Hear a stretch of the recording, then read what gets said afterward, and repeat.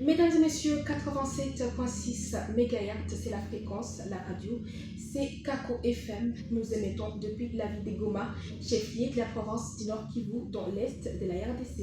Voici la première livraison du journal sur la fréquence qui prône l'économie et l'environnement. Tout d'abord, les titres.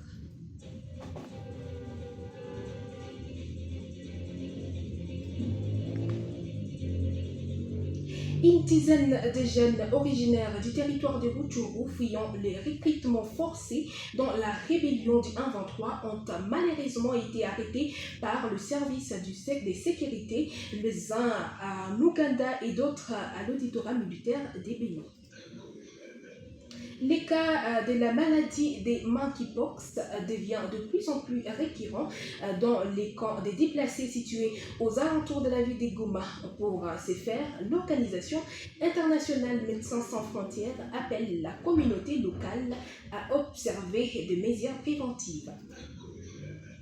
Et enfin, nous allons recevoir dans cette session d'information messieurs Fidel Karouigé, directeur général de la radio-télévision Kako, RTK en cible. Il va nous parler de la vision de cette nouvelle radio dans le paysage médiatique des Goma. Ces titres et bien d'autres vous seront développés tant soit peu, mesdames et messieurs. Je suis Bénédicte Mouchoko. Sa présentation, Aurélie Moussanda assure la mise en onde. Bienvenue à tous. Installez-vous confortablement partout là où vous êtes.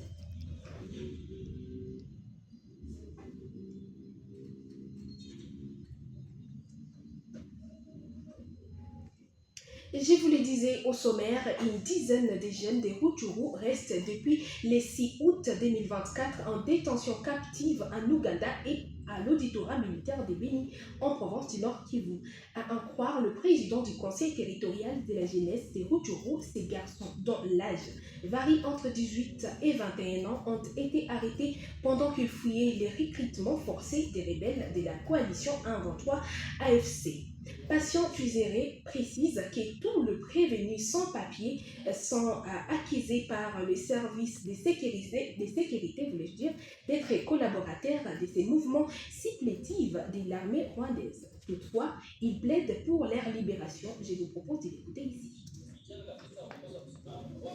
Rappelons que plusieurs jeunes de moins de 25 ans vivant à Rutshuru n'ont pas de carte d'électeur car cette zone a été exclue du processus électoral de l'année dernière, située suite à la guerre d'agression rwandaise contre la République démocratique du Congo. Dans le même territoire de Rutshuru, il s'observe depuis maintenant une semaine une hausse vertigineuse de prix de maïs dans l'agglomération de Kiwanja.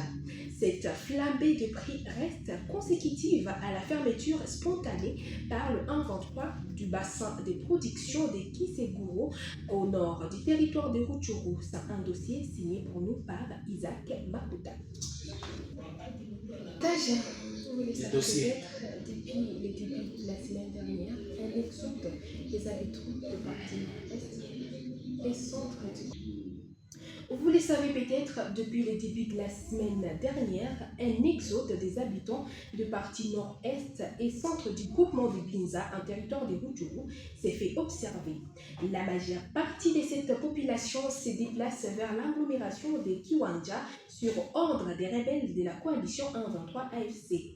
Nos sources sur place renseignent que cette décision intervient après que ces supplétifs de l'armée rwandaise aient interdit ses citoyens congolais d'accéder à leurs champs, notamment à Kiseguro, Kitwiguru, Kisharo et Nyamilima, prétendant qu'ils sont collaborateurs des forces démocratiques pour la libération du Rwanda. D'un territoire à un autre et dans un autre chapitre, plus la guerre du 1-23 perdure, plus les organisations humanitaires s'élassent également d'apporter l'assistance aux populations déplacées vivant autour de la ville de Goma. C'est ainsi que l'organisation non gouvernementale Solidarité internationale s'est désengagée depuis plus d'un mois à fournir des lots aux déplacés vivant dans les sites La Main de Dieu situés en territoire de Nyiragongo. Cependant, les femmes de ces campements en subissent les conséquences graves, comme nous explique ici Dieu merci Rougo. Ah, ok. Ok.